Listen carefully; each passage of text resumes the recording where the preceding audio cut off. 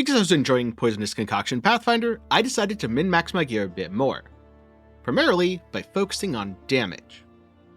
Now to be clear, the build did not feel bad even before, and was blasting through maps. But on bosses, I ran out of flask charges before the boss ran out of health, so I solved that by adding more damage, and now T4 Xesht runs out of health well before I run out of flask charges. Also, I finally stopped being lazy, completed a Simulacrum 3, and got all of my delirium points on this build, so that's definitely a high point. And even with all the changes, it's still a really good mapper. But there is one caveat to this video. This is a showcase, not a guide. So if you want a guide on how I built my character and a lot of the decisions that I made, then go check out my previous video.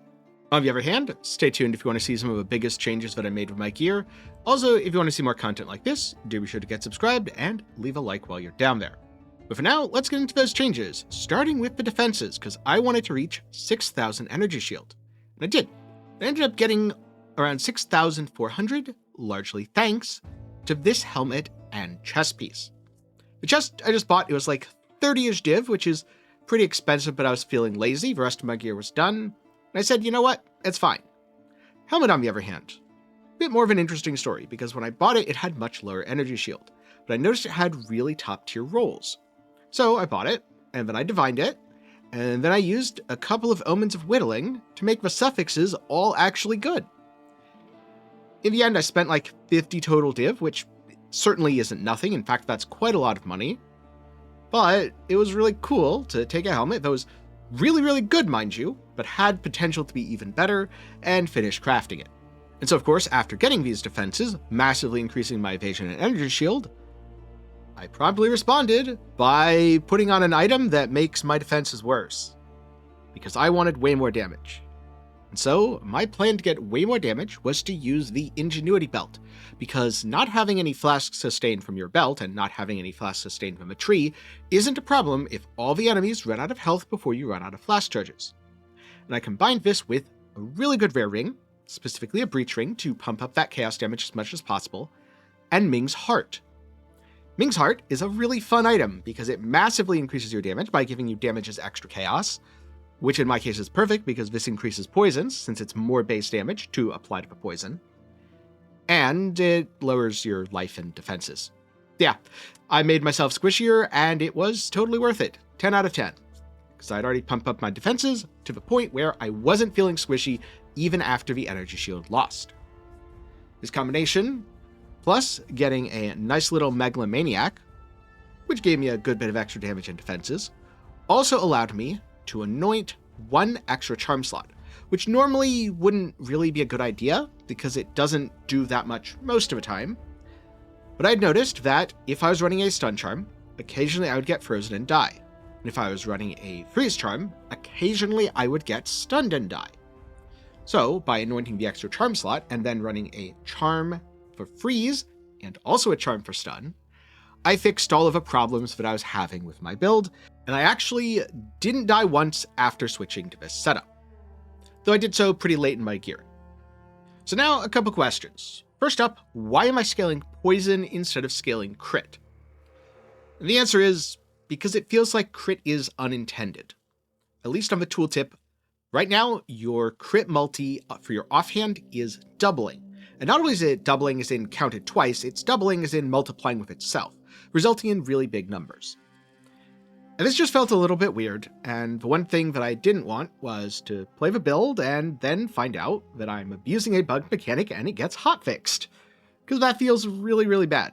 Admittedly, yes, this is the risk of making anything in early access, and it's entirely possible that the build will be patched out in a different way.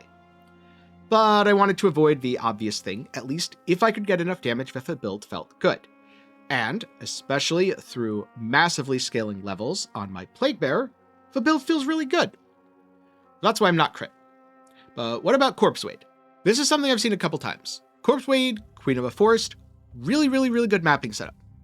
But what I like personally is having a build with well-rounded defenses. So I needed to be able to get enough energy shield to survive the fact that evasion doesn't really work on bosses.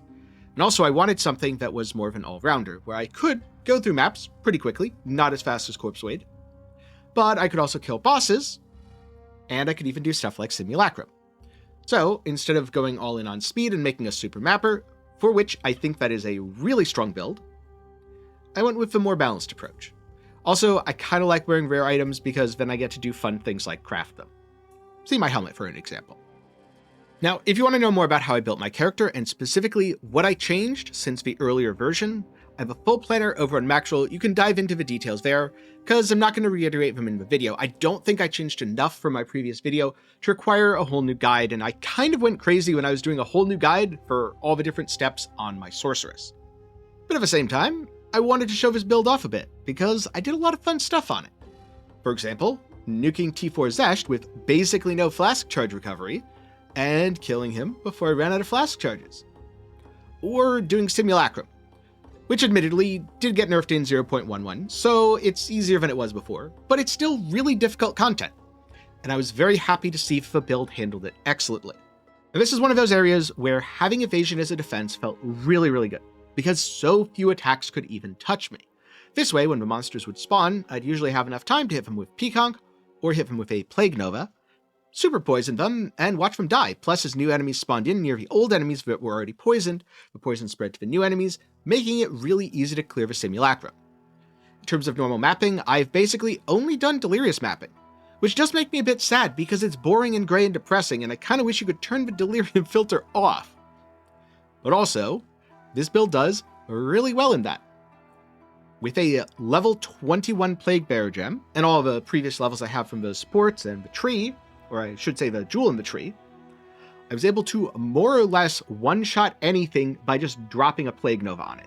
There were some Delirious map bosses that it wasn't quite a one-shot, though it did massive damage, and then occasionally Kosis or Omniphobia would spawn. I'd have a fully charged up thing ready to go, and pop! I just instantly killed them, which was really, really fun. In terms of speed, this build didn't really get any faster than the previous version, and it is significantly more expensive. This version of a build, I probably spent about 7 times more money, and it's not like this is 7 times the build that I was playing before. The old one could already blast through maps very quickly, and the old one with just a couple of small tweaks could probably take on bosses without issue either. I didn't do this because I wanted to make my old build better. I did this because I was enjoying the build and wanted to keep investing in it, and wanted to hit arbitrary goals, like killing a boss before I ran out of flask charges, or having 6,000 energy shield. And you know what? It was absolutely worth it. That said, if you want a guide that goes over all the different skills and their interactions, do check out my previous video. If you want to know more about how Poisonous Concoction works, I did do a quick Poisonous Concoction Mechanics Explored. I have a planner over on Maxwell, linked in my Discord and in the description down below. But for now, thank you very much for watching to the end. I hope you enjoyed, and I'll see you in the next one. Though I'm not 100% sure what the next thing's going to be here, because I'm kind of getting to that point with PoE 2 where I've done everything that I wanted to. There's a couple ideas that I might explore, Shattering Concoction, maybe level a monk, I don't know. There's also a good chance I'm just going to move on to other games. I haven't decided for sure yet, but for now I'll just say thank you very much for watching to the end, I'm glad you enjoyed, and I'll see you in the next one.